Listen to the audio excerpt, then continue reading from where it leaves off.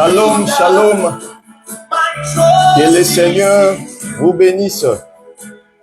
Que le Seigneur soit encore une fois de plus votre assistance et votre bénédiction en ces jours de samedi. Malgré le froid à l'extérieur, mais nous sommes dans la chaleur parce que nous avons l'homme du milieu au milieu de nous. C'est lui qui est la chaleur du jour. Et nous avons un bon thème, un bon sujet qui a été délicat, mais avec la grâce du Seigneur, nous savons que le Seigneur est au contrôle.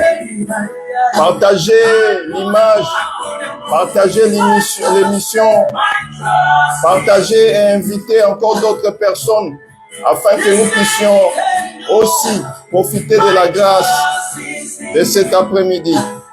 Que le Seigneur vous bénisse, que le Seigneur vous comble. Notre invité est déjà là pour la gloire du Seigneur Jésus-Christ. Soyez bénis au nom de Jésus-Christ, soyez bénis. Que le Seigneur vous bénisse.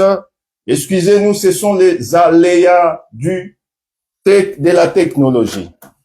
Nous allons vite commencer notre émission parce que nous sommes un peu en retard. Le Seigneur a fait que vous puissiez être là. Vous êtes encore une fois de plus très nombreux à attendre notre émission de cet après-midi. Nous savons bel et bien que l'Éternel avait visité la personne de l'apôtre Paul. Et ce dernier a aussi écrit des lettres dans l'église de l'Asie mineure, en Grèce et en Rome. Et nous savons que ces lettres qu'il a pu écrire sont appelées les épîtres. Certains l'appellent les épîtres pauliennes, mais nous connaissons que ces épîtres, c'est ce qui fait aussi asseoir la doctrine de l'enseignement de commandement de Christ, ces fondements que nous continuons aujourd'hui. Mais les épîtres de Paul ont aussi fait sujet de débat et fait couler beaucoup d'encre. C'est pourquoi aujourd'hui, par la grâce du Seigneur, nous avons réellement épulché, nous avons pris en blé une des épîtres de Paul qui fait aussi couler d'encre. Mais avec la grâce du Seigneur, parce que nous savons que le Seigneur, quand il permet qu'il puisse avoir le trouble, qu'il puisse avoir les ténèbres, lui-même vient comme étant la lumière, parce qu'il est la lumière du jour. Et aujourd'hui, par la grâce du Seigneur, nous allons voir la lumière au travers du don que le Seigneur nous a envoyé en ce jour.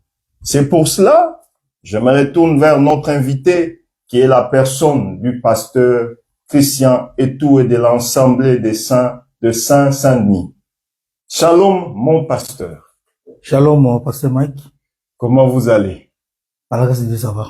Vraiment, je vous vois en forme. Je sais que tout va bien par la grâce du Seigneur. C'est comme nous venons de dire tout à l'heure que l'apôtre Paul a écrit au moins 13 lettres dans l'église de Grèce, dans l'église de Rome et dans presque l'Asie mineure. Et ces épîtres font beaucoup de problèmes aujourd'hui. Certains les confessent, certains les interprètent mal et c'est ça qui fait aussi que les églises s'appellent Assemblée des Saints, par exemple. Mais quand vous entrez, vous trouvez que Paul n'y est même pas dans cette assemblée-là. Parce qu'ils ont mal compris Paul. Mais d'emblée, j'aimerais un peu savoir, c'est quoi? Est-ce que aujourd'hui, peut-on interpréter les épîtres? Au moment que le Seigneur bénisse et Amen. Nous saluons tous nos bien-aimés et tous nos téléspectateurs qui nous suivent. Voilà, ça c'est une très très bonne question. Et c'est aussi une question qui crée aussi beaucoup de problèmes. Oui. En ce que les épîtres. Normalement, les épîtres ne doivent pas être interprétés. Parce que les épîtres déjà sont des interprétations que les apôtres ont données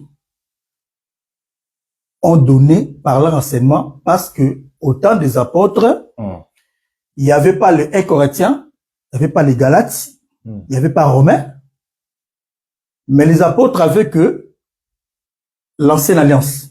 Hein? Dans le livre de l'ancienne alliance, que on peut dire sur l'Ancien Testament. Voyez? Parce que le terme l'Ancien Testament, c'est tout aussi de la Bible. Hein? Dans 2 Corinthiens 3, Paul dit qu'il y a même des gens, quand ils lisent l'Ancien Testament, hein, un voile est tombé dit, sur le cas, c'est-à-dire que ils avaient le livre des prophètes de la loi, les prophètes et les psaumes. Maintenant, quand maintenant est interprété, c'est-à-dire ils interprétaient la loi, les prophètes et les psaumes. Cette interprétation-là, c'est ça l'enseignement des apôtres. Maintenant, ils l'ont mis par écrit, c'est ce qu'on appelle les épîtres. Les épîtres sont des lettres que les apôtres ont écrites. Il n'y a pas seulement Paul, il y a aussi Pierre. Les apôtres ont écrit. Donc, juste pour rappeler l'enseignement qu'ils ont donné, qu'ils ont interprété dans la loi des prophètes et les psaumes, et qui constitue aujourd'hui la doctrine. Voyez? Parce que le problème des épîtres, ça n'a pas commencé, les problèmes d'interprétation des épîtres n'a pas commencé aujourd'hui. Même le bien-aimé Pierre, hein, est en train même aussi de conseiller, hein, si nous prenons, si je me rappelle, de 2 Pierre, hein, vous allez voir. Si nous prenons les livres, je crois, de 2 Pierre, auquel le bien-aimé Pierre est en train de dire aux gens de faire attention, hein, aux écrits de frère Paul. Je crois, le verset, c'est, je crois, c'est 2 Pierre, 2 Pierre, chapitre, attends, c'est à la fin, hein, c'est la fin de 2 Pierre, hein. Excusez-nous, si je trouve le verset, parce que vous me dites, ouais, si c'est 2 Pierre, chapitre 3, je prends le verset 16. 2 Pierre 3, ouais, 16. Verset 16, ouais. Un instant, ouais. Bon, je peux commencer par le verset 15 pour la meilleure compréhension. Le verset 15, hein? Ouais, s'il vous plaît. Considérez bien que la patience de notre Seigneur est votre salut. C'est ça. Notre bien-aimé frère Paul vous l'a aussi écrit conformément à la sagesse qui lui a été donnée. C'est ce qu'il a fait dans toutes les lettres où il parle de ces choses. Il s'y trouve, certes, des points difficiles à comprendre et les personnes ignorantes et mal affermies en tordent les sens, comme elles font des autres écritures pour leur propre ruine. Voilà. Donc, le bien-aimé Pierre reconnaît que le bien-aimé Paul a écrit des choses. Vous voyez? Oui. C'est ce que nous disons aux ministres. Ils doivent reconnaître, hein, la grâce des gens. Voilà. Pierre a reconnu la grâce de Paul. Là, il a reconnu que non, Paul, Dieu l'avait donné la sagesse d'écrire des choses. Vous voyez? D'écrire des choses, ça dit quoi? Ça dit que de poser la doctrine par rapport à ses écrits. Ça dit que Paul a parlé beaucoup de choses. Mais, bien aimé, Pierre a compris que dans les écrits de Paul, il y a des points difficiles, hein? Points difficiles à comprendre. Ça dit qu'il y a des points difficiles à comprendre là. On doit l'expliquer. Ce qui est différent d'interpréter. Je parle bien. Ça dit quoi? Il y a des langages que Pierre a employés auxquels on peut expliquer le langage là. Mais interpréter, c'est changer les sens de ce que Paul a écrit. Je donne un exemple. Très bien. Il faut des exemples pour qu'on puisse un peu saisir. Par exemple, Paul a dit, je ne permets pas à la femme d'enseigner. Quelqu'un qui a mal compris cette écriture, qui veut interpréter, il va dire que la femme que Paul a dit de ne pas enseigner, ce n'est pas la sœur. C'est aussi un frère. Oui. Parce qu'il dit que non, un frère aussi, il peut dire que non, la femme là, c'est le corps. Oui, c'est le corps. Ça dit que un frère aussi n'a pas droit d'enseigner parce que celui qui enseigne, c'est un ministre. C'est-à-dire que quand on parle que la femme ne doit pas enseigner, ce n'est pas seulement la sœur ici.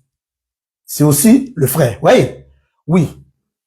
La personne, quand il parle comme ça, il a interprété l'écriture. En interprétant cette écriture-là, il a changé directement l'essence de l'écriture. Et ça devient une doctrine pour certaines personnes. Parce que pour certaines personnes, quand on dit que la femme ne doit pas enseigner, ils disent que ce n'est pas la femme qui est comme ça que Paul parlait. Quand on dit que la femme s'était dans les assemblées des saints, c'est pas seulement la sœur.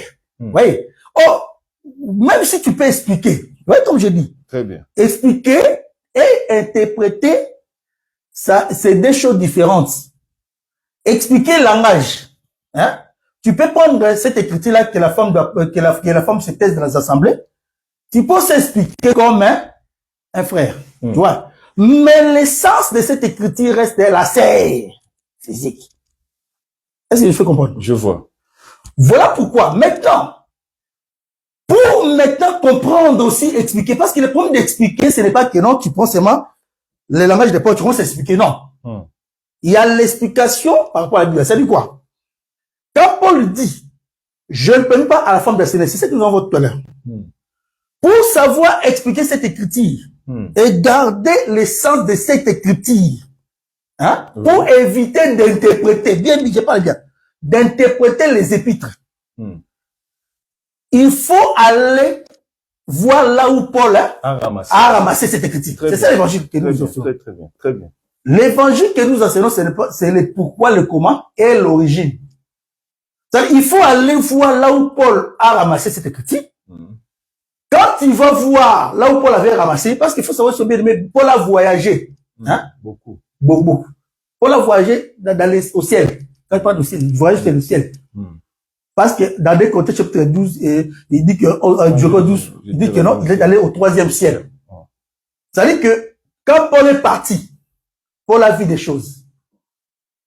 Dieu l'a expliqué les choses. Maintenant, si tu es ministre, il faut aller ramasser, parce que c'est ça les conseils. Il faut aller au conseil, là où Paul avait ramassé. Hein? Tu vois. Quand tu vas voir, tu retournes là où il a pris. Là, tu peux comprendre pourquoi il avait parlé ça. Là, tu peux interpréter. Donc, tu interprètes là où Paul a pris. Et non ce que Paul a dit. je sais que... Descendez, il y a beaucoup de gens qui nous suivent. Donc, en fait, on peut dire ceci. En fait, on peut dire ceci. On n'interprète pas les écrits des apôtres. Mais on l'explique parfois des langages difficiles. Hein? Voilà. Parfois, quand Paul dit que non, quand je suis parti à Éphèse, hein, j'ai rencontré des bêtes. Des bêtes à Éphèse. Des bêtes féroces, ouais. Des bêtes féroces. Ouais. Apparemment, c'était pas des bêtes comme ça. Comme ça, ouais. C'est pas des animaux. Ce sont des langages. Voilà. Mais il faut maintenant savoir, oh, mais ces langages-là, des bêtes, veut dire quoi? Tu rentres. Aux écrits. Oui. Tu rentres à l'arrière. Voilà. Parce que pour employer ces langages de bêtes, il a appuyé ça à l'arrière. Quand tu vas à l'arrière, tu prends le langage là, dans la loi, les prophètes et les psaumes. Très bien. Tu l'interprètes. Là-bas. Après, tu viens ici, tu dis que non, Paul, c'est ce qu'il voulait dire. Hein. Il a ramassé là-bas. Il a ramassé là-bas. Ça veut dire, hein, des hommes fausses. Hein, qui le combattaient. Ce sont des bêtes. De faux prophètes. De faux prophètes, de faux prédicateurs, tout ça. Faux docteurs. C'est ça, en fait. Donc, ça dit quoi? Ça dit que, aujourd'hui, quand les gens interprètent les épîtres, ils changent l'essence des épîtres, l'essence de ce que les apôtres disaient, et ça constitue une autre doctrine. Très bien. C'est à cause de ça qu'aujourd'hui, même beaucoup de gens ne croient pas à la dîme. Parce qu'on va parler de la dîme. On va en parler. C'est les beaucoup de gens ne croient pas à la dîme. Pourquoi? Parce que ils disent que les apôtres n'ont pas fait ça. Les apôtres n'ont pas fait ça. Ils veulent voir le mot D-I-M-E. Dans la nouvelle alliance. Voilà. Donc, ça dit que ils ont du mal. Pourquoi? Parce que ils n'ont pas compris le langage de Paul. Ils n'ont pas compris que Paul a parlé de la dîme dans un autre langage. Mais dans le langage là, on doit les expliquer. Mais pour l'expliquer, on doit le faire entrer là où Paul a pris le langage. On le fait revenir. Après, nous expliquer que voilà, le langage ici que Paul devait dire, ici dans les épîtres, voici, ça veut dire ceci. dans la loi. Donc, nous devons faire comme Jean. Jean a regardé, mais ensuite, mais ça. Il a parlé de ce qui va venir. Donc, il y a des points difficiles, comme même Pierre a dit, des points difficiles à comprendre. Mais des points difficiles à comprendre, là, ça demande aussi l'explication. L'explication pour comprendre, il faut maintenant nous ramener là où Paul a ramassé cette écriture. On prend l'essence, après on ramène maintenant ici, mais on n'interprète pas. Comme je dis, on n'interprète pas les épîtres, parce que les épîtres, ce sont déjà des enseignements posés, hein, des prophètes, des apôtres, qui ont interprété la loi, les prophètes et les psaumes. Voilà, pour ne pas tarder. Oui, donc emblée, les épîtres ne sont pas interprétables, oui, mais elles sont explicables. Explicables, voilà. Bon, faites-nous un peu la différence entre expliquer et interpréter. C'est ça que je voulais dire. Oui. Expliquer veut dire seulement, c'est donner l'essence de langage, de ce qu'ils ont employé. Oui. Mais pour donner l'essence de langage là, il faut rentrer là où Paul l'a remplacé. Maintenant, interpréter, c'est quand tu prends, par exemple, les épîtres que les gens disent, hein, que les apôtres écrits. Tu lui donnes un autre sens, par exemple, par rapport, hein, donc donne notre sens par rapport aux autres écrits, par exemple, la loi, les prophètes. Je donne un exemple. Par exemple, on dit, par exemple, que non, dans Genèse, exemple, hein, dans Genèse, on dit que Adam a péché, exemple, c'est un exemple. Adam qui a péché, c'était un homme comme ça, la Genèse. Dans l'interprétation, la personne peut prendre Adam là, il donne l'autre sens. Donc, il change le visage. Comme quoi, par exemple? Par exemple, Adam qui a péché, c'est Christ qui a porté le péché pour nous. Ça, c'est interprété. Ça veut dire que tu ramènes, donc ça veut dire, tu changes l'image, la figure. Là, on savait que c'était Adam le premier. Mais quand tu arrives ici, tu prends cet Adam-là, tu ramènes à Christ. Par exemple, Adam dans le jardin d'Éden a péché. Mais on a dit pourquoi il a péché? Parce qu'il a porté le péché de sa femme. Maintenant, quelqu'un qui veut interpréter cette écriture doit prendre ce que Adam a fait là. Il ramène à Christ. C'est ça interpréter. Ça veut dire quoi? Maintenant, si Paul vient, il prend Adam là pour poser la doctrine. Il va pas prendre Adam comme Christ. Il va prendre Adam comme ça. Il vient, il pose la doctrine. Est-ce que vous comprenez? Quand il pose la doctrine, c'est le langage qui est déjà posé. On peut pas changer ça. Parce que la doctrine, on ne change pas. On l'amende pas. On l'amende pas. On l'explique. Si toi, tu veux prendre cette écriture, le langage que Paul a dit, hein, que Adam, il a pris Adam comme un homme. Si toi, tu veux interpréter ça, va là-bas. Ne touche pas ici. C'est ce que j'ai dit. Si tu touches ici, tu vas donner un autre sens de ce que Paul voulait dire. C'est ça ce qui fait que tu vas poser une autre doctrine. Tu vas commencer à dire que Adam là, n'a jamais existé. C'est Christ. Oh, Adam a existé. Ouais, Adam physique a existé. Parce que nous sommes sortis d'Adam. Voilà. Mais rien n'empêche que tu peux aller là-bas. Oui. Tu peux interpréter Adam comme tu veux. Parce que, comme disait toujours un homme de Dieu que j'aime beaucoup, la révélation est une femme libre. Tu peux prendre la révélation comme tu veux. Toi, tu peux prendre Adam comme Christ. L'autre peut prendre Adam comme Moïse. Ce n'est pas mauvais. C'est la révélation est libre. L'essentiel qu'il y ait des témoins qui soutiennent. Toujours. Voilà. Donc, ça dit que chacun a droit de prendre. Mais là-bas, pas ici. C'est ça le problème. Est-ce que vous comprenez l'homme de Dieu? Là, c'est clair. Maintenant, quand maintenant toi, tu vas là-bas, pas là-bas, interprète. Mais quand tu viens ici, dans les épîtres, respecte les bons. Ne va pas au-delà de ce qu'ils ont posé. Parce que dit que personne ne peut poser notre fondement que celui qui est déjà posé. C'est ça que beaucoup de gens ne comprennent pas. C'est-à-dire que la doctrine, l'enseignement des apôtres, on ne doit pas le changer. On ne va pas changer l'essence. On n'amende pas. On n'en parle pas. Il n'y a pas de négociation. Très bien. Donc voilà, en un mot. Voilà. S'il y a encore des choses à rajouter, on peut toujours rajouter. Vous pouvez réagir. Je salue les hommes de Dieu. L'apôtre François Yemba, l'homme de Dieu capitaine, mon bien-aimé Farid, tous ceux qui nous suivent, que le Seigneur vous bénisse. Apôtre Colomonier et les autres, que le Seigneur vous bénisse. Si vous avez des questions, réagissez à travers les commentaires.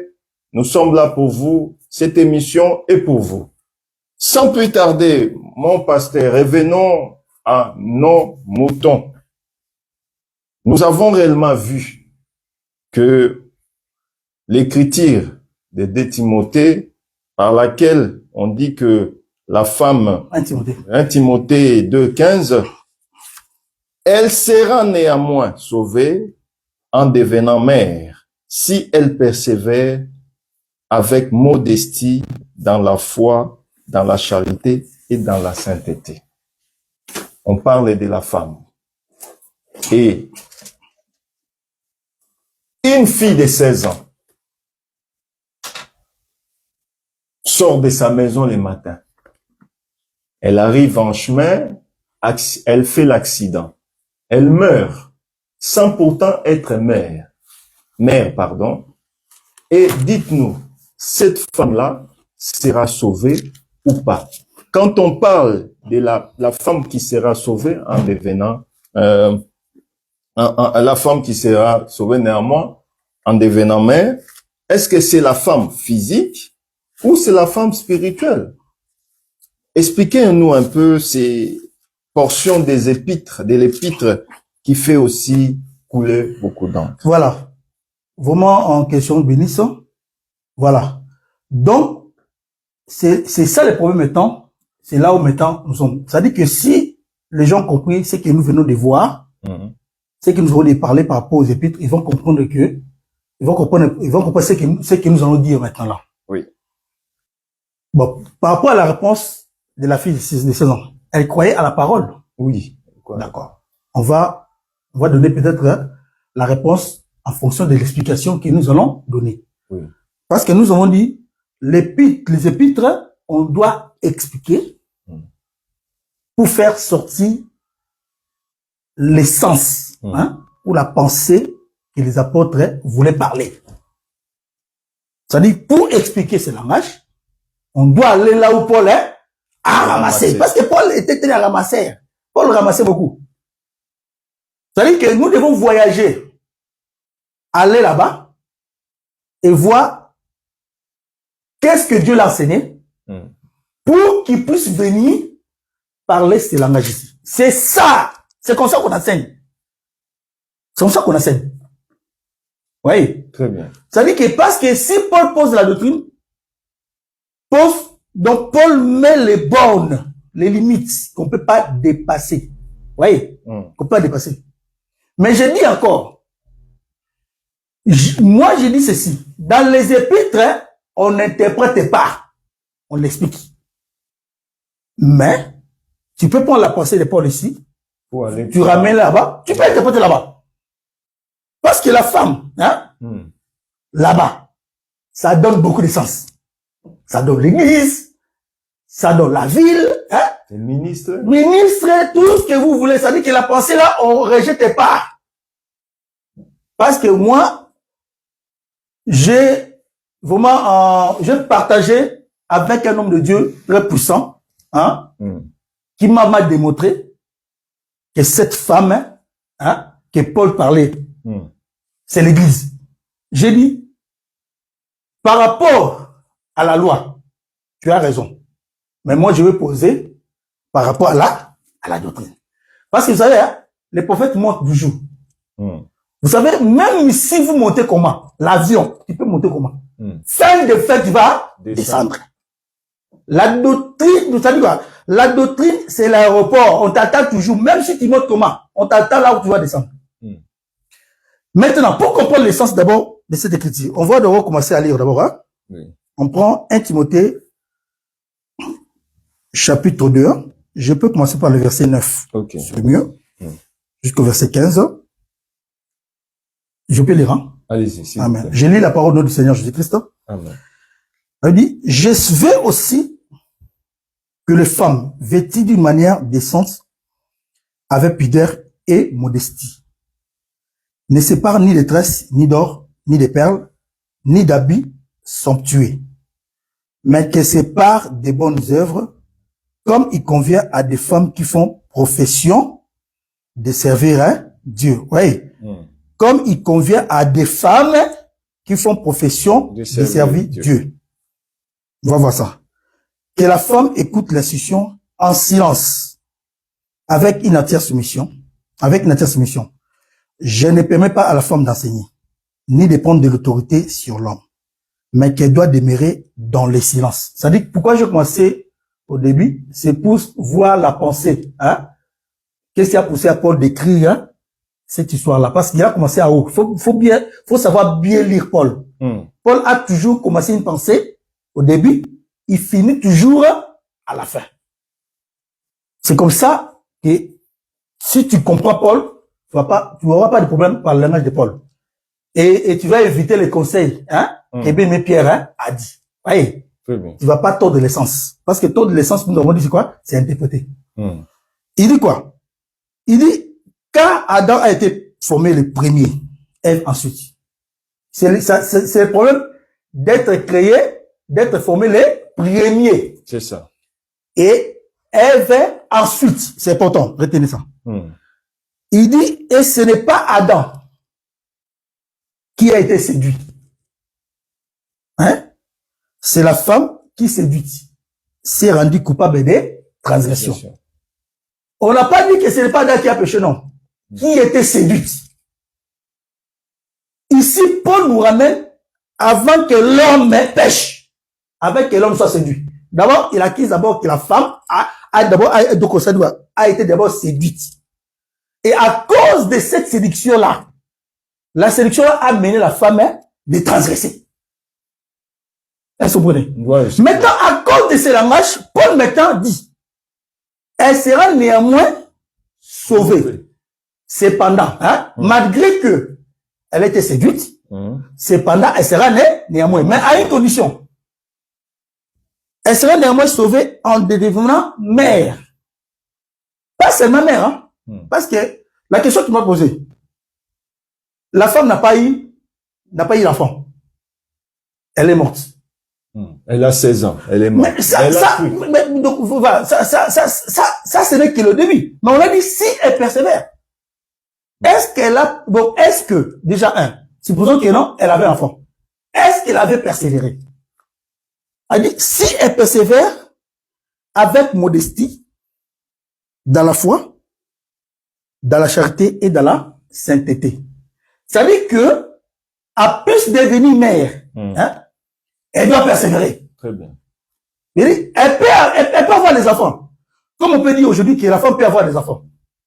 Mais est-ce qu'elle persévère? Comment il a essayé d'avoir? C'est ça le mettant l'essence de cette écriture. C'est-à-dire que si tu vois cette écriture, tu vas voir que Paul ne parle pas de la femme spirituelle. Paul parlait de la femme-là qui a commencé le début. Hein? Parce qu'il dit que la femme écoute l'instruction à silence. Qu'est-ce que c'est physique. Mon pasteur, oui, allez-y. Tout à l'heure, vous avez réellement dit que la femme, Paul, quand il parle, il a puisé ça quelque part. Oui. C'est là où on doit interpréter. Merci.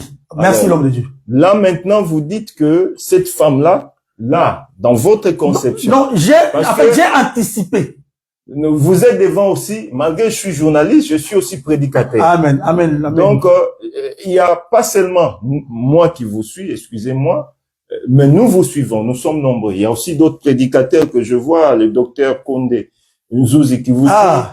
L'homme de Dieu. L'homme de Dieu, Van Foblel. L'homme de Dieu, docteur Alain Jules Condé.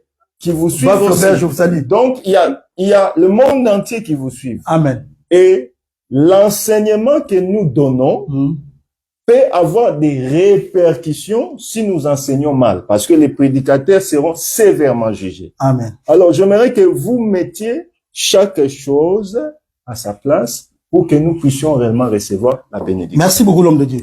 En fait, moi, j'ai anticipé. Hmm. Je suis toujours dans la démarche. Ok. Je n'ai pas encore conclu. Allez. J'ai anticipé. Ok. Que la femme que Paul parle ici, Oui. dans 1 Timothée chapitre 2, Oui. il s'agit de la femme comme ça. Moi, j'ai anticipé. Et les conseils que nous avons dit, nous allons rentrer. Ok. C'est là que vous allez comprendre pourquoi je parlais de la femme comme ça. En fait, nous montrons aux gens comment est-ce qu'ils doivent faire les démarches pour expliquer les épîtres, pour éviter d'interpréter. Est-ce que vous comprenez? Très bien. Là, c'est clair. Ça veut dire que on parle de la femme comme ça. On parle pas, ici, on parle pas de la femme spirituelle. Mais moi, je dis ceci. Si les gens disent femme spirituelle, donc ils doivent aller là où Paul a appris. Expliquez comme vous voulez. Et je ne rejette pas aussi cette femme spirituelle que les gens peuvent donner le sens. Mais je parle par rapport au langage de Paul ici. Paul n'a pas parlé de femmes spirituelles. Est-ce que vous comprenez l'angle de Dieu? En fait, j'aimerais que cela soit plus accenté par rapport à ce que nous disons. C'est très important parce que c'est le but de l'émission. Maintenant, quand Paul prend cette écriture, où est-ce que Paul a ramassé? Paul nous a montré là où il a ramassé, c'est dans Genèse. On peut lire, on peut rentrer dans Genèse. Oui. Genèse. Parce que, à partir de ça, nous allons comprendre la pensée de Paul, pourquoi il a écrit, hein, la femme doit se dire, pourquoi la femme ne doit pas prêcher. Tout ça, c'est écrit dedans. Tout ça est écrit dedans. Si je prends Genèse chapitre 2, l'homme dit, tu vas m'aider à faire la lecture. Oui. Je prends à partir du verset 16. Je prends le verset 16. Jusqu'au verset 17, s'il vous plaît. Genèse 2.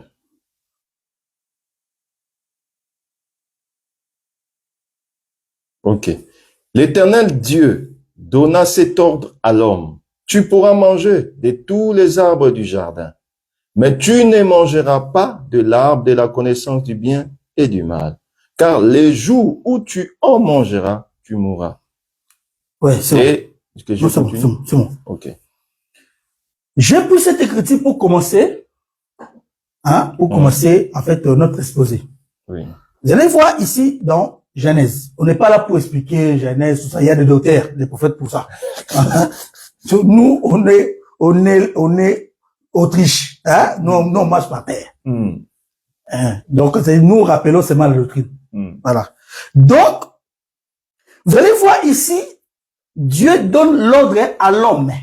Il dit à l'homme, tu pourras manger de tous les arbres, hein? Tu pourras manger de tous les arbres du jardin, mais tu ne mangeras pas de l'arbre de la connaissance du bien et du mal, car les jours où tu mangeras, tu mourras. Pourquoi j'ai pris cette écriture? Vous allez voir dans cette écriture, quand Dieu a parlé à l'homme, la femme Ève n'était pas encore créée, hein? On peut dire, n'était pas encore manifestée. Voilà. On a dit que la femme Ève était cachée en Adam, mais physiquement, visiblement comme ça, elle n'était pas là. Très bien. Ça veut dire que c'est l'homme qui parle avec Dieu. Dieu parle avec l'homme. C'est l'homme qui était le pasteur du jardin d'Éden. Très bien expliqué. Et le jardin d'Éden, c'était l'assemblée des saints. Parce que l'assemblée des saints n'a pas commencé chez nous, le Congo. L'assemblée des saints a commencé depuis Genèse. Nous sommes l'assemblée de Genèse. Nous sommes l'assemblée du jardin d'Éden. Vous n'êtes pas des YOLO, vous. Non, YOLO est aussi du jardin d'Éden. Ok, bien expliqué.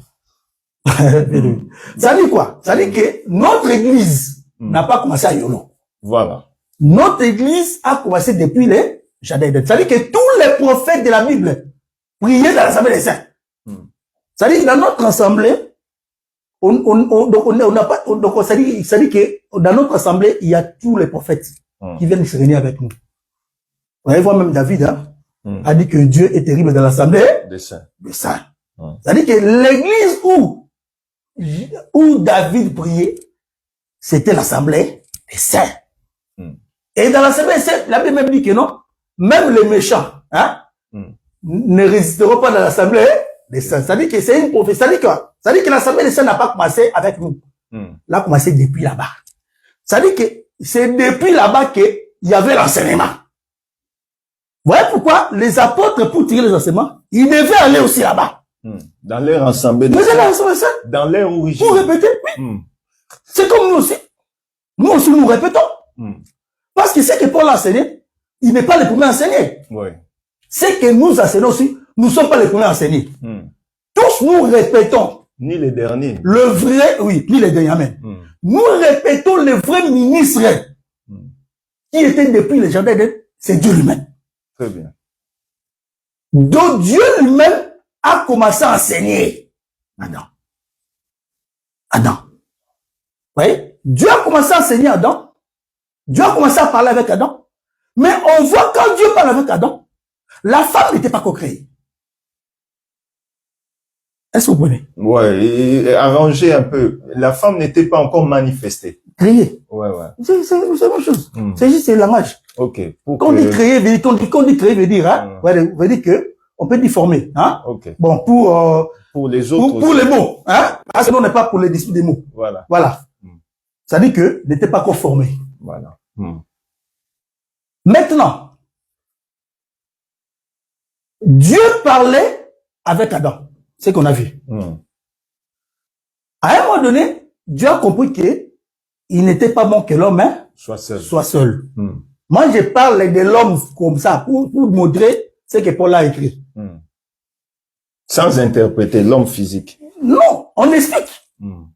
On explique, mais s'il faut interpréter, on doit aussi interpréter. Voilà. Mais nous restons d'abord dans la Genèse, hein, dans notre église de Genèse, de quoi, de Jardin d'Éden. Maintenant, Dieu dit qu'il n'était pas bon que l'homme soit seul. Maintenant, Dieu forma la femme. Oui. Quand la femme a été formée, Dieu l'amène vers l'homme. C'est-à-dire que Dieu rajoute une âme dans notre assemblée. Maintenant, nous allons voir.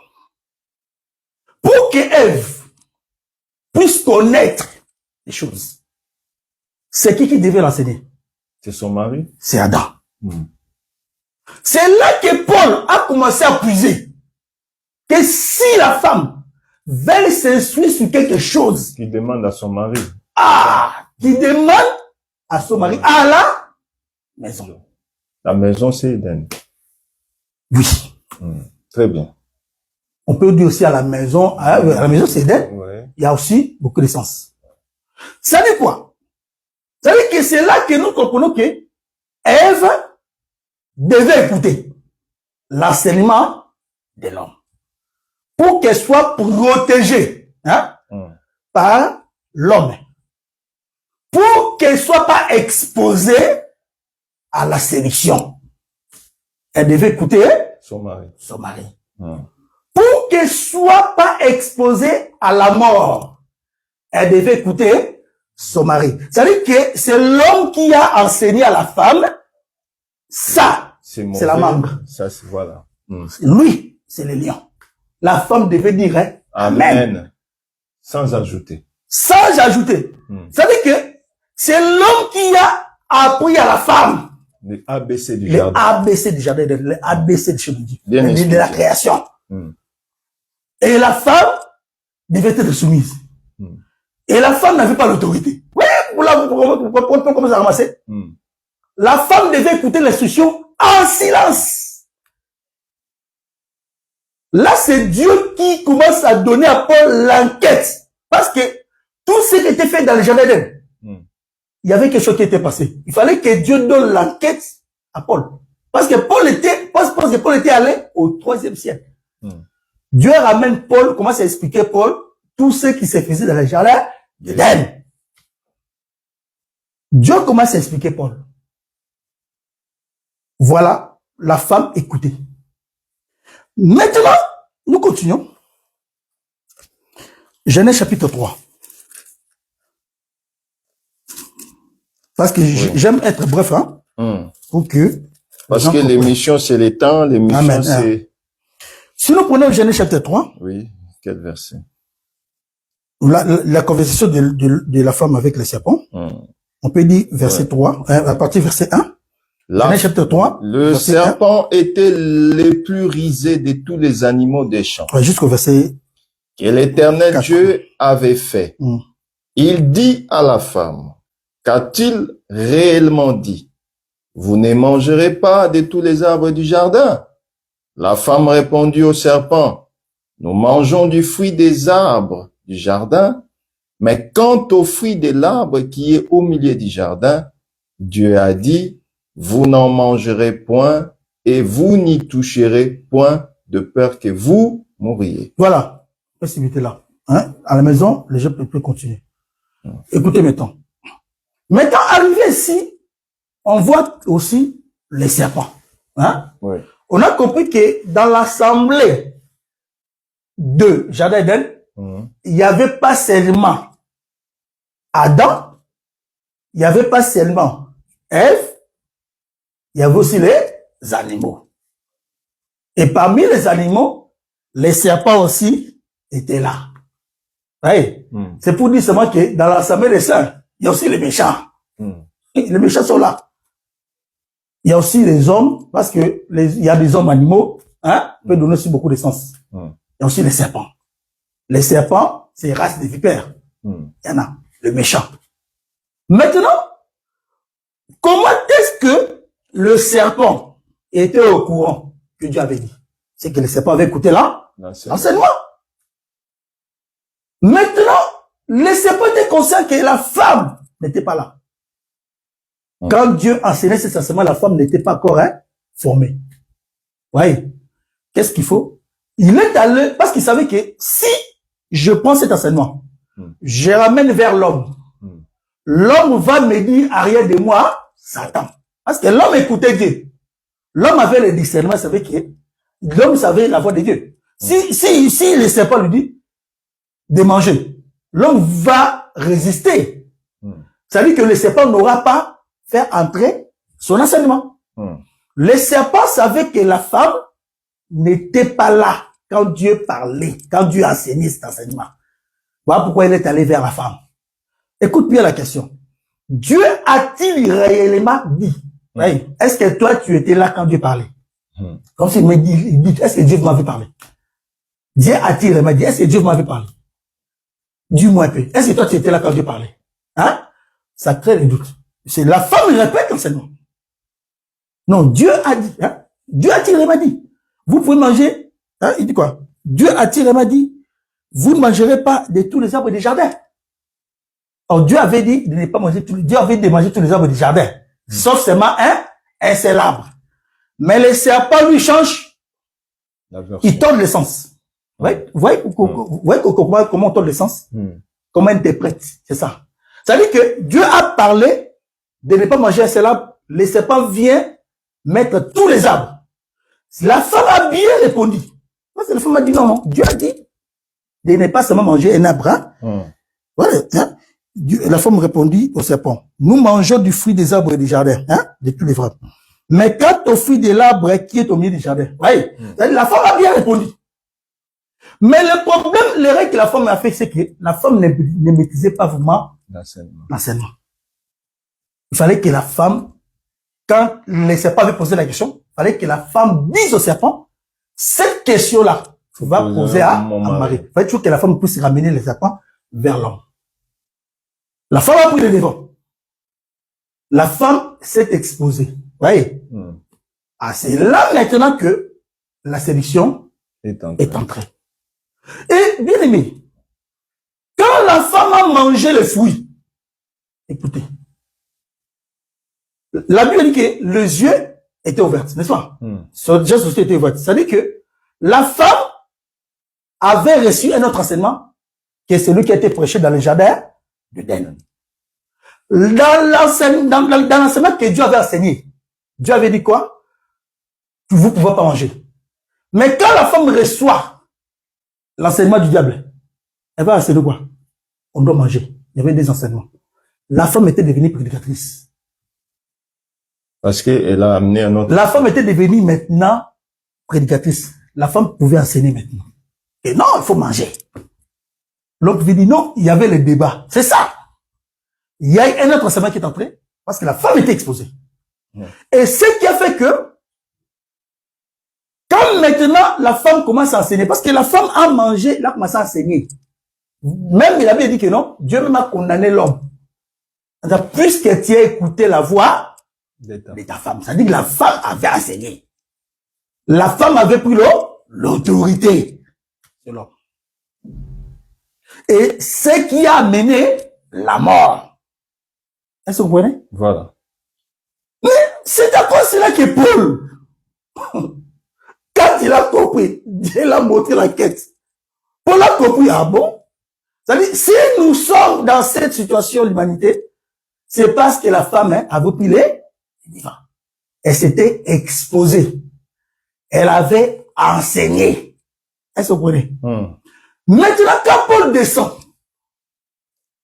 c'est là qu'il commence à écrire, je ne permets pas à la femme d'enseigner. Ni de prendre l'autorité sur l'homme. Pourquoi? Parce que là-bas, quand elle a enseigné, elle n'avait pas autorité. La mort était entrée. Quand est-ce qu'elle avait plus autorité? C'est quand elle s'était exposée. Vous voyez? C'est-à-dire que quand la séduction est entrée, la séduction a amené la femme à être exposée. Je sais pas si jusque-là, je confirme comment l'on peut dire. Oui, ça va, c'est parfait, parfait. C'est l'enseignement. Maintenant, quand Paul touche ici, Paul est en train de ramener cette situation. Que si la femme ne peut pas enseigner, c'est parce que là-bas, elle avait pris l'autorité, c'est parce que là-bas, elle était séduite. Pour être séduite, elle s'était exposée. Ça veut dire quoi? Elle n'avait plus écouté l'homme. Elle n'était pas soumise à l'homme. Elle avait pris le devant. Vous voyez? En prenant le devant, ça l'a ramené à tomber. Voilà pourquoi il dit que ce n'est pas Adam qui a été formé le premier. Il dit que car Adam a été formé le premier. Voilà pourquoi. Ève est venue ensuite. Ève, on devait la prendre. Mais quand Dieu avait dit à Adam, Ève n'était pas encore formée. C'est-à-dire que Adam était le premier dans le jardin. Est-ce que vous voyez? Ève est venue ensuite. Mais celle qui vient ensuite là, c'est celle qu'on devait enseigner. C'est celle qui ne devait pas prendre le devant. Voilà pourquoi Paul, dans cette condition, il dit que, car Adam a été formé le premier, Ève ensuite. Il dit maintenant, et ce n'est pas Adam qui a été séduite. C'est la femme. Il montre que c'est la femme qui a été séduite. Oui. Maintenant, comme la femme a été séduite, elle a amené la mort. Juste à ce que l'homme a été condamné. Et Dieu même a condamné l'homme, puisque tu as écouté la voix de ta femme. C'est-à-dire qu'on peut dire que la femme avait enseigné. La femme avait enseigné. Quand on dit seulement qu'elle a pris le fruit, il a donné à son mari, ça c'est le langage. Autrement dit, il a enseigné, il a convaincu son mari. L'homme a mangé parce que Dieu a vu que non, l'homme avait préféré l'enseignement de la femme que son enseignement. Pourquoi Dieu l'a condamné. Donc, Adam dit Amen à l'enseignement. Voilà pourquoi nous disons tous les hommes qui restent dans les assemblées où les femmes enseignent sont condamnables. Amen. Et Dieu vous condamnera parce que Dieu a condamné Adam parce que Adam avait écouté maman référente Ève. Ève avait fait le séminaire. La conférence de venir manger le fruit qui était contraire à l'enseignement du jardin. C'est-à-dire, quand la femme enseigne, la femme apporte toujours un autre enseignement. Et quand vous voyez une femme enseigner, une femme enseigner, c'est que cette femme, elle veut le devant, elle veut pas l'autorité. Et cette femme va rencontrer les serpents. Quand elle va rencontrer les serpents, elle va être prédicatrice même du camp des serpents. Oui. Maintenant, un vrai homme ne doit pas s'asseoir là où il y a maman prédicatrice. Toi, tu es là, tu dis Amen. Tu seras condamné par Dieu. C'est à cause de ça que la séduction est entrée. Est-ce que vous comprenez? Maintenant, le problème, c'est que Dieu, qu'est-ce qu'il a fait? Quand elle va manger, on n'a pas vu Dieu venir. Hein? Parce que Dieu ne parlait pas avec la femme. Dieu parlait avec l'homme. C'est la procédure. Dieu respecte la femme d'autrui, frère. Il ne peut pas les pocher. Non, Dieu respecte la femme d'autrui. C'est pourquoi nous, parce que dans Dieu... la doctrine, on ne peut pas enseigner la femme d'autrui sans l'autorisation du Seigneur. Amen, c'est ça l'enseignement. C'est bien. Parce que le premier modèle, c'est notre Dieu. Dieu pouvait venir réprimander Ève. Mais Dieu a dit non. C'est la femme d'autrui. Je ne peux pas. Je ne peux pas. Mais écoutez même, quand l'homme a mangé, c'est là que Dieu est venu. Parce que le problème, c'était l'homme et Dieu. Dieu n'a jamais parlé avec la femme. Dieu parlait Dieu avec l'homme. Quand l'homme a mangé, Dieu est venu. Hein? Même Dieu me dit, pourquoi tu t'es caché? La femme que tu as, tu vois, ça dit quoi? As-tu mangé les fruits que je t'avais défendus? Tu vois, Dieu savait que c'est la femme qui a donné. Mais Dieu, pour poser la question à la femme, il a d'abord commencé à poser la question à l'homme. Écoute maintenant la position. Dieu dit à l'homme, as-tu mangé les fruits que je t'avais défendus? Il dit, la femme que tu as mise pour des noix. Ça dit quoi? Ne pose pas cette question. Je te donne l'autorisation de poser la question à ma femme. Ça, c'est la Bible. Il y a des prédicateurs donc ça dit quoi? Qui brûlent les étapes. Tu enseignes la femme d'autrui sans l'autorisation sans l'accord de son mari. Ça, c'est diabolique. Satanique. Satanique. C'est ça le serpent. Parce que le serpent a enseigné la femme d'autrui. Mais Dieu est venu corriger cet enseignement que moi, je ne peux pas parler avec la femme d'autrui sans passer par... Frère, si Dieu lui-même traitait quelque chose, respecte la femme d'autrui. Et toi, un prédicateur. Un serviteur. Un serviteur. Comment tu ne peux pas respecter la femme d'autrui? Comment tu peux appeler la femme d'autrui à 2h du matin? Pour lui dire quoi? Oh, parce que je suis ministre. Un femme ministre. Diabolique. Comment un ministre de Dieu, tu peux appeler la femme d'autrui à 2h du matin? Sachant que son mari est là. Même si son mari est païen, tu n'as pas le droit d'appeler la femme d'autrui. Très bien. Amen. Un frère doit avoir la nature de Dieu. Avant de parler avec la femme d'autrui, appelle son mari.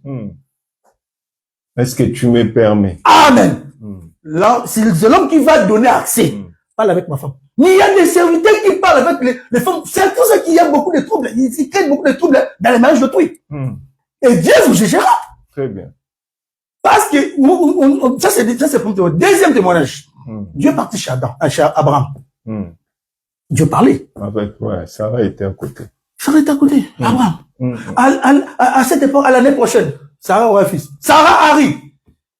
Mais Dieu pouvait directement répondre. Il a dit. Directement passer à il pouvait dire, mais Sarah, toi, mais comment tu peux lutter chez moi, hein? Dieu pouvait commencer à réprimander Sarah. Dieu a dit, non, c'est la femme, hein? D'autres, il y a des limites. Il pose la question à Abraham. Pourquoi ta femme? Très bien. Ça, c'est Dieu. Il répète ce qu'il avait, l'enseignement. Oui. Parce que lui-même est l'enseignement. Ça, c'est Dieu. Maintenant, si tu vois maintenant des prédicateurs qui parlent avec les femmes d'autrui, en absence du mari, moi, je dis ceci. Moi, si je viens chez moi, je trouve un frère, même un prédicateur, je te surprends chez moi, en train de parler avec ma femme, et que je n'étais pas au courant. Frère, je vais te répondre. Et je vais te mettre dehors. Parce que tu ne m'as pas respecté. Tu m'as pas respecté. Tu m'as pas respecté. Et tu n'as pas respecté l'enseignement. Amen. Même l'enseignement. Voilà. Voilà pourquoi nous disons une femme. Écoutez, c'est là que nous allons, pourquoi Paul a parlé cette histoire. Parce que Paul voulait fermer toutes les portes. Hein? En fait, que ceux qui étaient arrivés dans les jardins n'arrivent plus. C'est ça la pensée que Paul voulait parler. Oui. Voilà pourquoi une femme bien enseignée. Ça dit quoi? Quand quelqu'un d'autre appelle et que son mari n'est pas au courant, il faut qu'il dise à son mari. Si un prédicateur commence à appeler tout le temps, dis à ton mari, il y a un prédicateur ici qui m'appelle tout le temps. Qu'est-ce qu'il veut? Si tu vois la femme garder le silence, c'est qu'elle est suspecte. Elle a déjà mangé les femmes. Voilà, ça va commencer tout comme ça. L'enseignement, elle a accepté l'enseignement. Voilà. Maintenant, la femme arrivée dans cette condition-là, parce qu'ici on parlait de la femme qui était séduite. Ici, Dieu voulait montrer seulement que là, l'homme n'est pas encore séduit. Vous avez dit, ce n'est pas l'homme a été créé premier, mais c'est la femme qui était séduite. Là, il parle de la condition que l'homme n'était pas encore séduit. c'est la femme qui est séduite. Maintenant, quand la femme est séduite, il faut maintenant fermer toutes les portes. Hein? Il faut maintenant essayer de la récupérer. Bon, néanmoins, elle sera sauvée. Pourquoi? En devenant mère. Pourquoi Paul parle des mots mère? Paul voulait seulement ramener la femme sous l'autorité de l'homme. Parce qu'il n'y a que l'homme qui doit protéger la femme. Une femme, oh, ne me fais pas la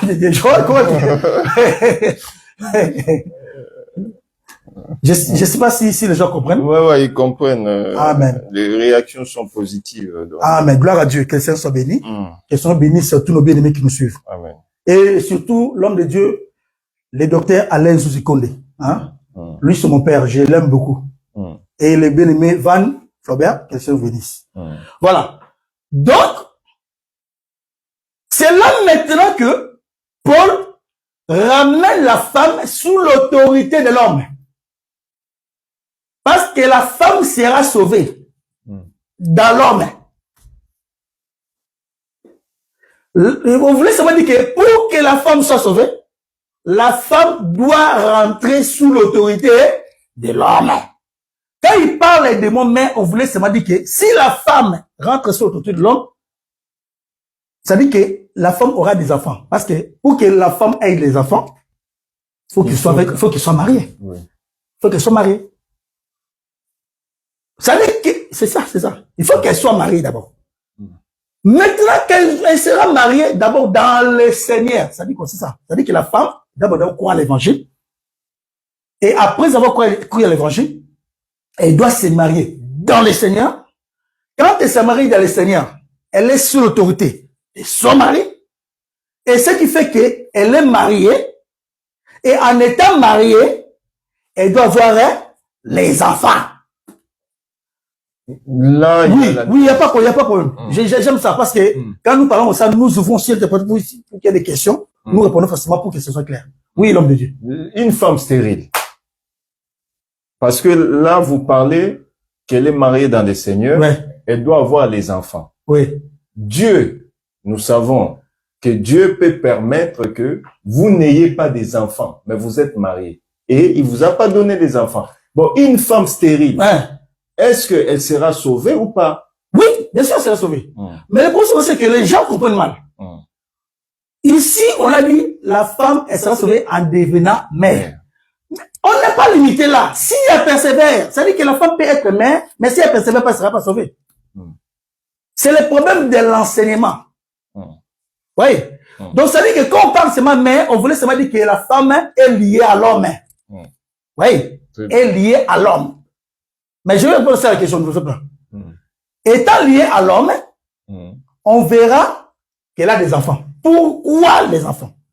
C'est pour montrer seulement que quand la femme est mariée, hein, elle est sous l'autorité de son mari et qu'elle a des enfants, la femme devient responsable. Elles sont prêtes? Je vois. La responsabilité d'une femme, hein, c'est de bien garder ses enfants, c'est de bien aimer ses enfants et d'aimer son mari. Parce que ça aussi, on l'apprend. Si nous prions, par exemple, le livre des Tite, écoute bien, on va voir ça. J'aimerais que les gens puissent bien me comprendre. Hein? Vraiment, parce que je sais que ça peut être difficile. Réagissez par des questions, réagissez s'il y a une nuance que vous n'avez pas compris. Ouais, vraiment, c'est important. On est là pour ça. Donc, on est là pour ça. Sans Écoutez, vous, on ne peut pas si je prends là. Tite chapitre 2. Ouais, je prends 2, oui, merci. Je prends par le verset 3, s'il vous plaît. Dit que les femmes âgées doivent aussi avoir l'extérieur qui convient à la sainteté, n'être ni médisantes, ni à donner au vin, qu'elles doivent donner de bonnes instructions. De bonnes instructions, pourquoi? 4. Dans le but d'apprendre aux jeunes femmes à aimer leur mari et leurs enfants. 5. À être retenues, chastes, occupées aux soins domestiques, bonnes, soumises à leur mari, afin que la parole de Dieu ne soit pas blasphémée. Voilà la place de la femme dans la Bible. Ça veut dire que la femme qui est mère. C'est pas question seulement d'avoir les enfants. D'aimer les enfants, d'aimer leur mari. Ça, il y a beaucoup de choses à parler. Ça veut dire quoi? Quand la femme a des enfants, la femme reçoit la responsabilité, la maturité. Même dans la nature, une femme qui n'a pas d'enfant, une femme qui n'est pas mariée, elle est vague. Elle est différente de celle qui est mariée et de celle qui a les enfants. Parce que celle qui a les enfants est responsable. Elle prend soin de ses enfants. C'est une responsabilité. Quand on parle d'une mère, hein, une mère n'est pas seulement celle qui a les enfants. C'est celle qui a l'essence de la responsabilité. Elle protège ses enfants. Donc, elle est mature. Donc, ça veut dire que la femme sera sauvée quand elle sera mature. C'est la maturité qui va sauver la femme. Cette maturité-là, c'est la responsabilité. Une femme responsable est celle qui doit bâtir sa maison. Est celle qui doit aimer son mari. Pourquoi? Parce que en aimant l'homme, elle est protégée par l'homme. Et la femme sera sauvée derrière l'homme. Ça, les gens ne veulent pas comprendre. C'est comme ça, parce que si nous prenons, si par exemple je donne par exemple l'exemple, le papa qui c'est l'église. Nous sommes l'épouse. Christ est l'homme. Comme dit Ephésiens chapitre 5. Nous serons sauvés par qui? Par Christ. C'est-à-dire, nous sommes protégés par qui? Par le Seigneur Jésus-Christ. C'est le Seigneur Jésus-Christ qui est notre protection. Très bien. Mais pour que tu sois en Christ, tu dois croire en Christ. Tu dois aimer Christ. Et tu dois servir Christ. La manière que tu sais Christ, la manière que tu aimes Christ, la manière que tu prends des responsabilités même dans la maison de Christ, c'est ça qui va te sauver. Ça, c'est par rapport à Christ. Dans la doctrine aussi, c'est comme ça. Une femme qui aime Dieu, c'est celle qui respecte son mari. Parce que la Bible dit que les femmes soient soumises. C'est-à-dire que c'est un commandement. Une femme peut avoir les enfants, mais si elle ne respecte pas son mari, hein, elle est exposée. Très bien. Elle n'est plus protégée. Et le fait qu'elle est exposée, elle va rencontrer la séduction. Et là, la parole de Dieu sera blasphémée, la doctrine. Hein? Voilà pourquoi, quand Paul lui parle que les femmes âgées doivent apprendre, c'est une doctrine. Oui, mais pourquoi ils doivent apprendre les jeunes femmes à aimer se mettre la mariée? Est-ce que ça a à voir avec les choses de Dieu? Ça ne sont pas du foyer. On veut seulement dire le rôle de la femme. La femme doit servir son mari. La femme doit prendre soin de sa maison, de ses enfants. C'est ça la responsabilité d'une femme. Et ça dit que pour montrer qu'elle est responsable, elle doit avoir les enfants. Ça dit que l'enfant montre le fait que la femme soit responsable, soit aussi mature. Maturité, la responsabilité. Maturité. La maturité, c'est la sagesse. C'est comme aussi un homme, hein, qui veut aussi être sauvé, doit aussi aimer sa femme. Parce que c'est un commandement. Et puis on dit, Marie, aimez vos femmes. Hein? Comme Christ. Vous voyez? C'est-à-dire que c'est l'enseignement. C'est-à-dire on doit voir comment Christ a aimé l'église pour que nous puissions aussi aimer nos femmes. C'est-à-dire qu'il y a l'amour selon Christ et l'amour selon le monde. L'amour selon le monde. Hein? Tu vas donner 20%. On vous pose la question, mais si l'homme ne respecte pas sa femme. Oui, c'est ce que nous sommes en train d'expliquer, non? Nous sommes en train d'expliquer ça. Parce que c'est que les questions vont venir. On va j'explique. Hein? Maintenant, l'amour selon le monde. Tu vas donner 20% à l'amour de la femme, 80% tu caches. Ça, c'est l'amour de l'homme. Ça, c'est l'amour du monde. L'amour de Christ. Hein? Tu dois te donner à la femme. Tu dois prendre soin de ta femme aussi. Tu dois bien diriger ta propre maison. C'est-à-dire, un frère qui ne respecte pas sa femme expose sa femme. Elle sera jugée. Il sera jugé. Il ne sera pas sauvé. Est-ce que vous comprenez? Très bien. Parce que c'est un commandement. C'est-à-dire que si nous aimons nos femmes, c'est parce que Dieu dit aimer. C'est un commandement impératif. Mari, aimer. Parce que Dieu sait que, à un moment donné, dans les mariages, hein, l'homme sera dégoûté de sa femme. Il y a des temps de crise qui peuvent arriver. l'homme pourra dire, ah, est-ce que j'avais bien réfléchi? Est-ce que vraiment celle-ci, c'était ma femme? L'homme va commencer à penser à l'autre. C'est là que, si l'homme n'est pas mature, il va commencer à négliger sa femme pour aller tromper sa femme. Ça, c'est c'est ça, en fait. Maintenant, Dieu, connaissant cette situation, il a donné l'impératif, mari aimé. C'est-à-dire, quand nous aimons nos femmes, nous respectons le Seigneur. Nous accomplissons la parole. Maintenant, toi qui n'aimes pas ta femme, qui ne respecte pas ta femme, mais tu as dehors de la doctrine. Très bien. Parce que, donc, si tu fais, parce que la manière que tu te comportes là, ça va faire blasphémer la doctrine. Okay. Lisons, vraiment pour répondre bien à cette question. 1 Pierre chapitre 3.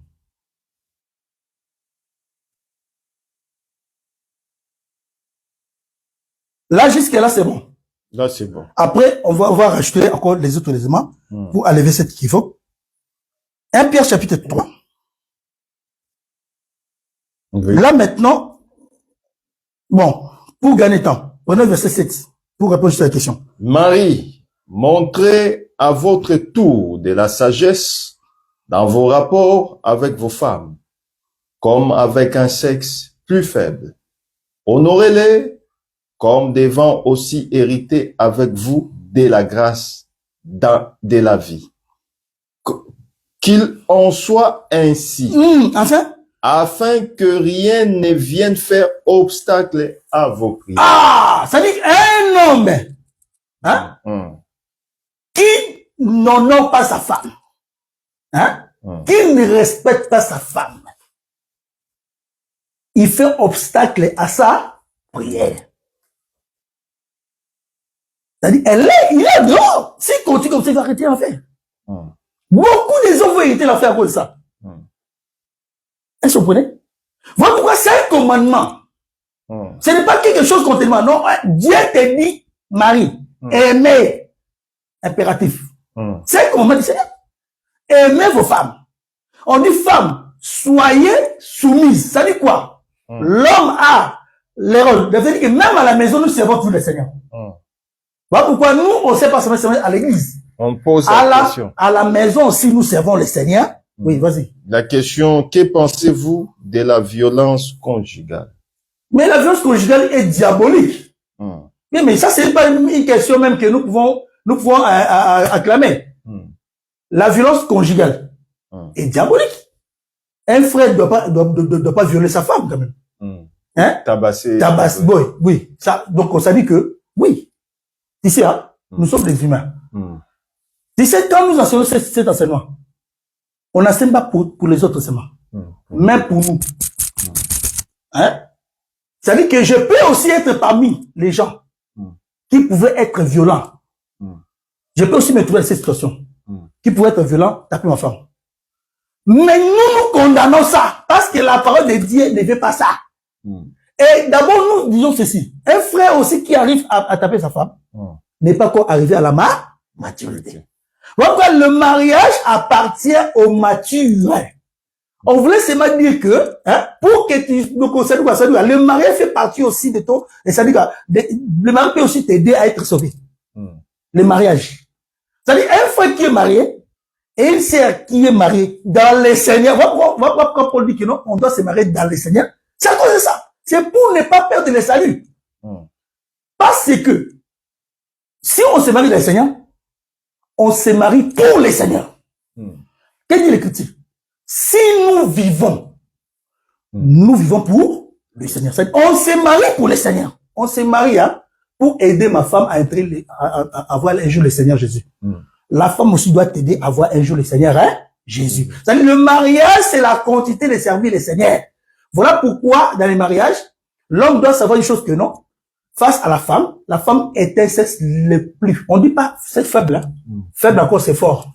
Plus faible. Le plus faible. C'est-à-dire quand on dit plus faible, veut dire que ça demande la maturité à l'homme. Voilà pourquoi il dit montrer à votre tour de la sagesse. C'est-à-dire que vivre dans le mariage, il faut être très sage. Comment Hein? Donc, comment dire, en fait, une femme, ça s'apprend aussi. Très bien. Et la femme aussi, pour aimer son mari, ça s'apprend aussi. Voilà pourquoi Dieu a mis les femmes âgées dans l'église. Hein? Envie d'apprendre. Pourquoi les femmes âgées? Les femmes âgées, là, sont mariées. Elles étaient des mères. Ouais. Et étant donné qu'elles étaient des mères, elles ont persévéré dans la foi, dans la modestie et dans la charité. Ouais. Très bien. Ce qui fait que leur expérience va faire qu'elles puissent aussi enseigner aux jeunes. Parce que quand une jeune fille se marie, doit savoir une chose que non, les mariages, ce n'est pas seulement le fait, hein, parce que beaucoup de femmes aujourd'hui se marient, elles ne savent pas pourquoi elles se marient. Tu te maries pour ton salut. Voilà pourquoi quand tu veux te marier, il faut savoir qui tu dois te marier d'abord. On choisit pas un homme parce qu'il est beau comme ça. Il a les barres. Parce qu'il a des barbes chic ici. Barres de chocolat. Mais tu vas perdre le salut à cause de ça. Voilà pourquoi beaucoup de femmes me regrettent. Parce que si une femme veut être sauvée, doit d'abord savoir une chose. Je dois d'abord me marier dans le Seigneur. Quand tu vas te marier dans le Seigneur, tu vas entrer dans le plan de Dieu. Ouais? Tu seras protégé. C'est-à-dire que Dieu, le problème de Dieu, c'est que tu sois protégé, que tu ne sois pas exposé. Bon, pour que tu ne sois pas exposé, Dieu fait quoi? Dieu a compris que la femme ne doit pas être visible. Hein? Voilà pourquoi Dieu parle même de l'habillement de la femme. La femme ne doit pas être sexy. Hein? Ne doit pas s'exposer. Parce que même Dieu dit que le corps de la femme appartient à son mari. Oui, la marge. C'est-à-dire que Dieu ne veut pas que la femme soit exposée. Donc, il dit que la femme doit voir l'appareil intérieur. La beauté intérieure. Pas celui de l'extérieur. Qui consiste. Hein? Il dit, envoyez votre manière de vivre chaste et réservée. Voyez? Vous pouvez gagner beaucoup de gens. C'est-à-dire que la femme, quand elle est sous l'autorité de l'homme, elle doit aimer son mari. Elle est au service de l'homme.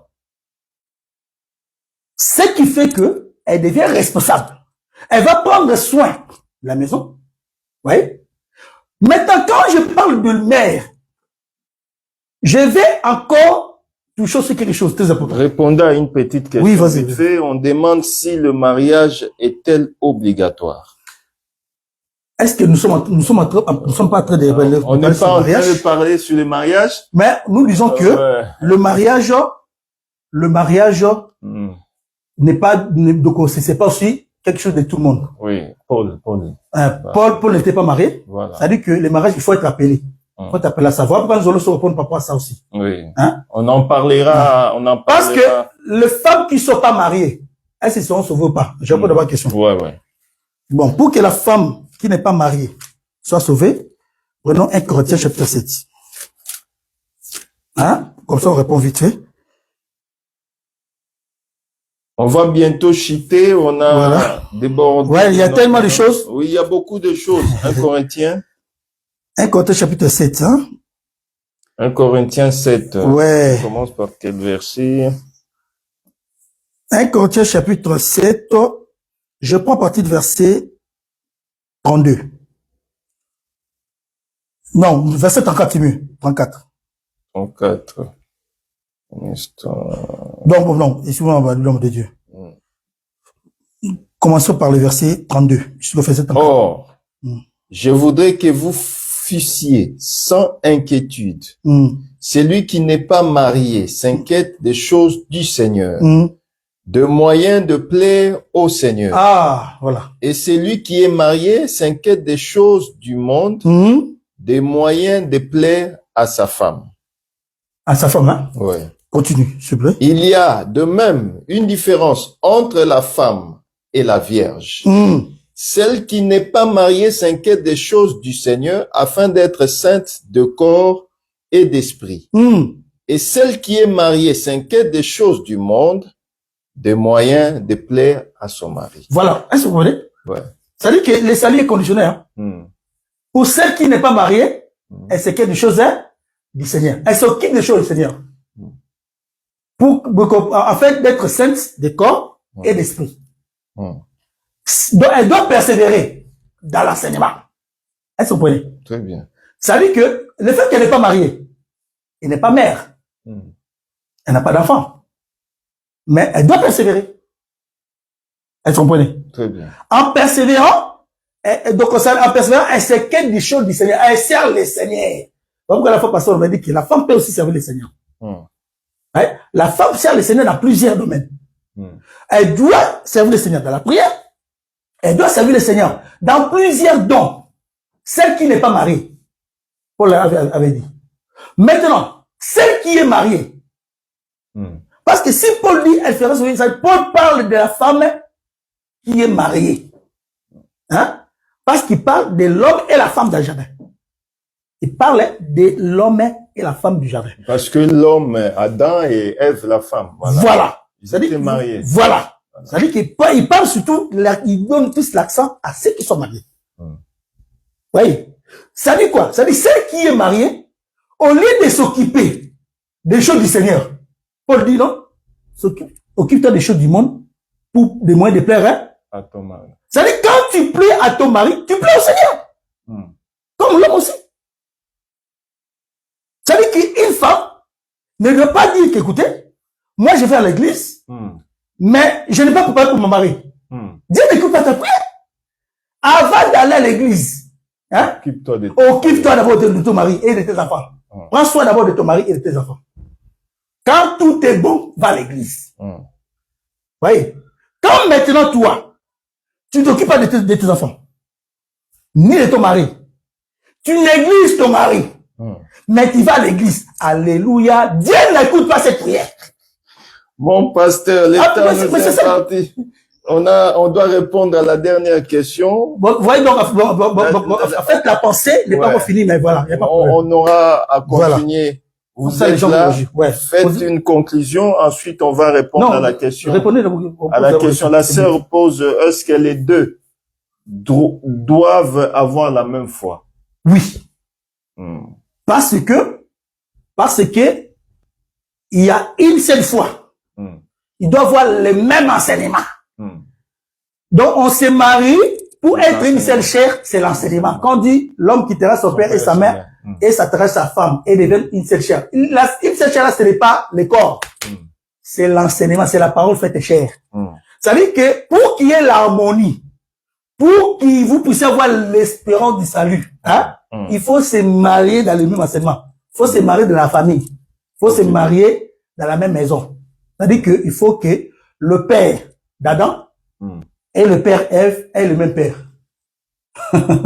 Parce que Adam s'est marié à sa sœur.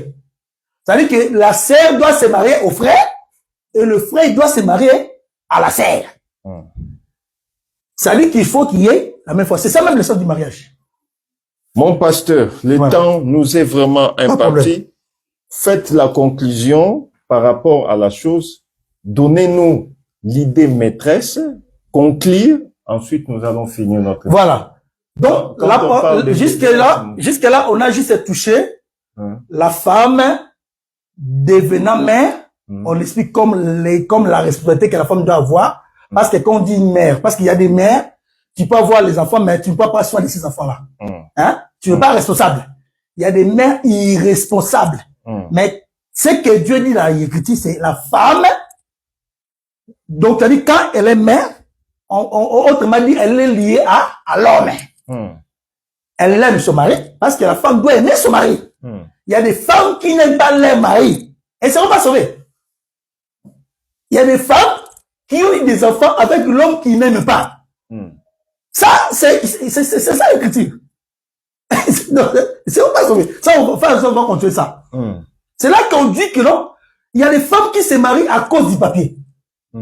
À cause d'eux. Quand elles ont ce qu'elles ont reçu, elles abandonnent l'homme.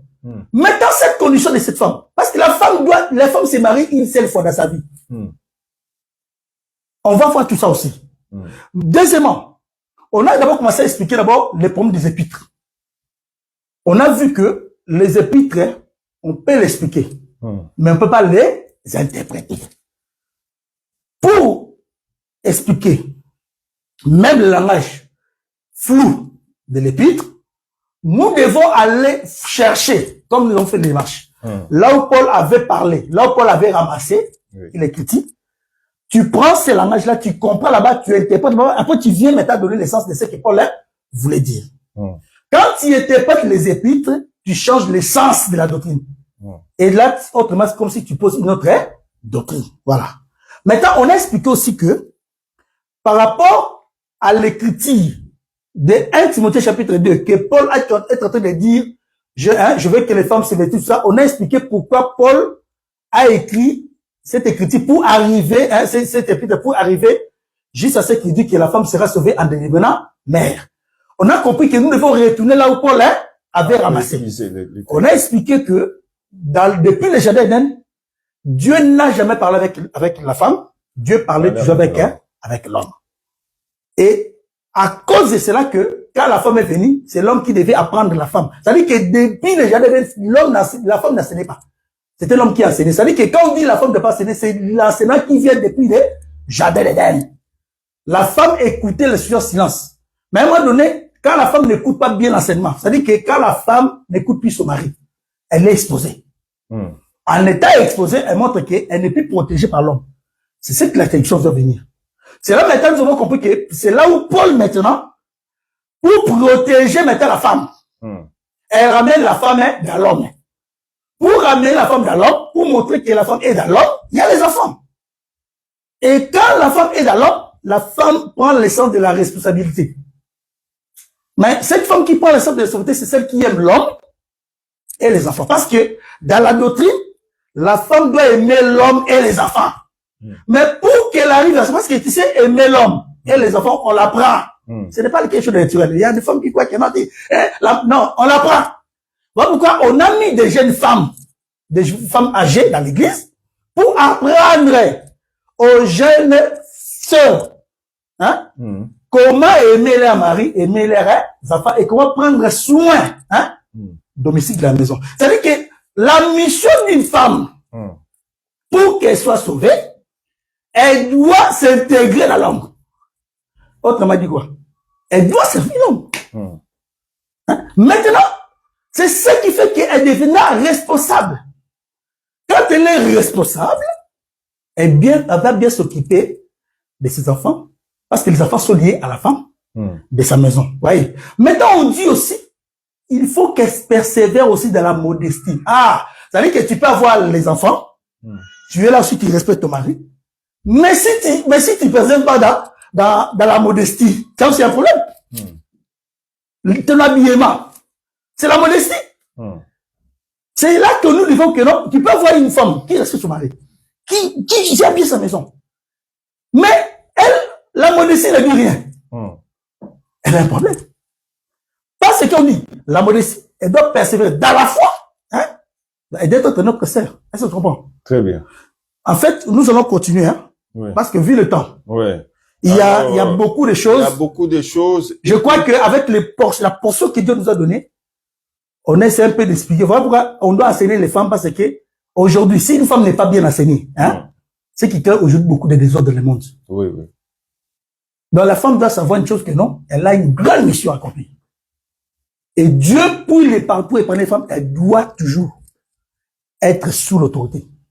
Une femme qui ne respecte son mari, une femme qui prend toujours l'autorité, c'est celle qui est exposée.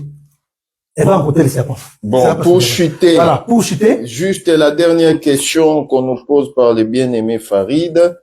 Que dit de 1 Corinthiens 7,14? Je pense que c'est là où on parle de la femme non croyante, de l'homme, le mari non croyant. 1 Corinthiens 7,14, oui. 7,14. Car les maris non croyants est sanctifié par la femme, et la femme non croyante est sanctifiée par le frère. Autrement, vos enfants seraient impurs, tandis que maintenant, ils sont saints. Voilà. Donc, en fait, si je comprends bien la question, le frère, il voulait démontrer peut-être, ça c'est selon moi, peut-être si c'est pas ça. Les frères voulaient montrer que tu peux être là, tu es frère, tu épouses une femme païenne. Oui. Est-ce que cela est permis? C'est ça, je crois peut-être c'est ça la question. Réagissez, le donc, frère Farid, si c'est ça ou... L'essence des questions du frère, est-ce que c'est permis à un frère d'épouser une femme qui n'est pas de la même enseignement que toi? Voyez? Parce que le frère dit parce que quand vous êtes ensemble, même si moi je prie, je suis un frère, j'ai une femme qui n'est pas chrétienne, hein? La femme sera sanctifiée. Nous disons ceci. Avant de connaître l'enseignement, hein? Oui. Avant de connaître l'évangile, tu pouvais te marier comme tu veux. Comme tu veux. Une païenne, tout ça. Parce que ça, c'est le mariage du monde. Maintenant, supposons que tu es marié, hein? Tu étais déjà marié dans le monde. Nous disons nous allons encore plus loin. Bon, je ne voulais pas toucher parce que l'apôtre communautaire veut toucher. Tu avais peut-être des femmes aussi. Hein? Je ne touche pas par rapport à ça. Vous étiez des païens. L'évangile est venu. L'évangile touche l'homme. Mais la femme reste païenne. Hein? Vous trouvez dans cette condition auquel vous étiez dans le monde. Mais quand l'évangile est venu, l'évangile a touché l'homme, mais la femme n'a pas compris à la parole. Ça veut dire que vous êtes maintenant dans cette condition auquel il y a les mariages entre un croyant et une non-croyante. Maintenant, dans ces mariages-là, vu que toi tu crois, si la femme qui est non-croyante, elle consent toujours à habiter avec toi. La Bible dit, toi l'homme, tu ne peux pas la réprimander, tu ne peux pas la chasser. Tu peux pas dire que non, comme tu ne pourras pas la parole comme moi, tu te chasses. Ça, c'est diabolique. La femme, tant que, même si elle ne croit pas à l'évangile, tant qu'elle dit, moi je t'aime, frère, tu n'as pas le droit de mettre cette femme dehors.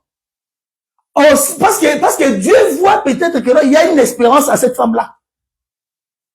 Voilà pourquoi, au moins, toi, tu es là. Hein? Toi, tu es un frère. Tu sanctifies ta maison. Tout est sanctifié par la prière. Et par la parole. Mais c'est pas dit que le fait qu'elles sont sanctifiées, qu'elles sont sauvées. Faites attention. Elles sont pas sauvées. Hein? Elle sera sauvée si elle aussi croit à la parole. C'est-à-dire, autrement dit qu'elle est protégée par l'homme. Hein? L'homme qui croit à la parole protège aussi sa femme qui est païenne. Est-ce que vous comprenez? Ouais. Maintenant, pour que ces mariages ici, des non-croyants, hein, des non-croyantes et les non-croyants puissent terminer, là c'est permis, hein? Il faut que la non-croyante dise, hein, tu vois moi, depuis que tu as commencé à croire à ton Dieu là, moi je ne peux plus, je te laisse. Je ne veux plus de toi. Si seulement la femme ressent qu'elle doit partir. On dit que ressentir, ça dit quoi? Hein? Donc, ça dit, elle consent plus habiter. Ça dit quoi? Elle est à la maison, elle était à la maison. Elle a quitté la maison. C'est ça, le point, c'est d'habiter ensemble. Elle a quitté la maison. Ou soit elle te chasse. Hein? Dans cette condition-là, hein? Le divorce est permis. Oui, moi, j'avais dit le divorce, hein? Est permis aussi. Le divorce aussi n'est pas permis. Quand est-ce qu'elle est permis? Elle est permis quand il y a les mariages entre non-croyants et que la non-croyante ou les non-croyants ne veut plus. La Bible dit que Paul dit que non, Dieu vous a appelé à vivre en paix. Si la non-croyance ne sait pas qu'elle se sépare. C'est ce qu'il dit les chrétiens. Et là, à ce moment-là, ils sont plus liés. Parce que les mariages, c'est la lien, c'est la liaison. Les mariages, c'est un lien. Les liens veut dire que la femme non-croyante a coupé les liens. Là, le frère, qui était notre frère qui avait écrit l'évangile, hein? À qui la femme est partie, ou à qui on a chassé. L'homme a donné se marier dans le Seigneur. Comprenez? Mais pour le frère dans le Seigneur, dans l'évangile, tu veux dire que toi, quand tu crois à l'évangile, tu n'as plus le droit d'épouser une païenne. On dit qu'il faut se marier dans le Seigneur. Maintenant, quand tu te mets dans le Seigneur, c'est là que le divorce n'est pas permis, sauf en cas d'infidélité. En tout cas, voilà. Vraiment que le Seigneur vous bénisse. Je pense que nous sommes presque à la fin de notre émission. Le pasteur a été clair. S'il y a des soucis, n'hésitez pas à mettre dans le commentaire ou à appeler, à mettre inbox. Le numéro du pasteur aussi est affiché. Vous pouvez toutefois aussi l'appeler pour poser vos questions. Et saluer Je pense que nous sommes presque à la fin. Je demande au pasteur de faire un coucou, un saint baiser, une salutation aux personnes pour la gloire du Seigneur. Vraiment, que le Seigneur bénisse. Je salue notre réalisatrice. Que le Seigneur te bénisse pour la patience. Et je salue aussi le pasteur Mike et toute l'église de Rochette. Hein? De la Rochette. De la Rochette, l'assemblée des premiers-nés. Je respecte, donc vraiment, je salue tout le monde. Bon, je salue aussi le docteur Alain Souzikonde, le prophète Jean Bosco Mbombi. Je te salue. Et je salue aussi le pasteur Didier Mouyamba et l'apôtre Kolomoni. Vraiment, vous êtes beaucoup. Mais j'oublie pas aussi l'apôtre Robert Massobé. Hein? Reçoit cette salutation.